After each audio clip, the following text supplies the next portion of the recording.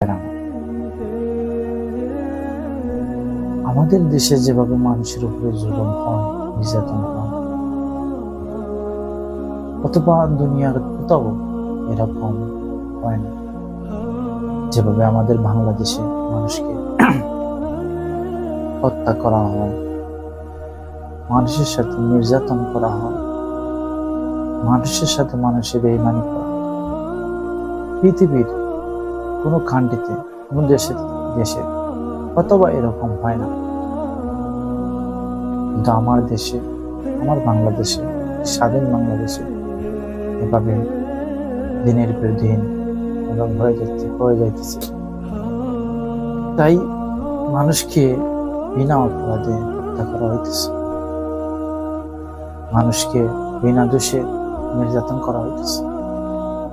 এভাবে কত মানুষ আমার দেশে নির্যাতন হইতেছে, যারা ক্ষমতাশালী, যারা পাওয়ারশালী, তারা এইসব করতেছে। যাদেরকে হত্যা করা হইতেছে তারা নিজেও জানে না তাদেরকে কি দোষে হত্যা করা হইতেছে। যারা হত্যা করতেছে তারাও জানে না তাদেরকে কেন হত্যা করা হইতেছে। এটা কি কোনো দেশ? এটা কি আমার বাংলাদেশ? না। দেখেন, আমাদের দেশের উন্নতি নাই, অধঃপতন নাই কেন? শুধু আমাদের আসালতের কারণে, আমাদের চলার কারণে, আমাদের চিন্তার কারণে। কারণ আমাদের চিন্তা এতটা নোংরা, এতটা নোংরা, বোধহয় পৃথিবীর কোনো দেশে এতটা নোংরা চিন্তাধারার মানুষ হতে পারে না।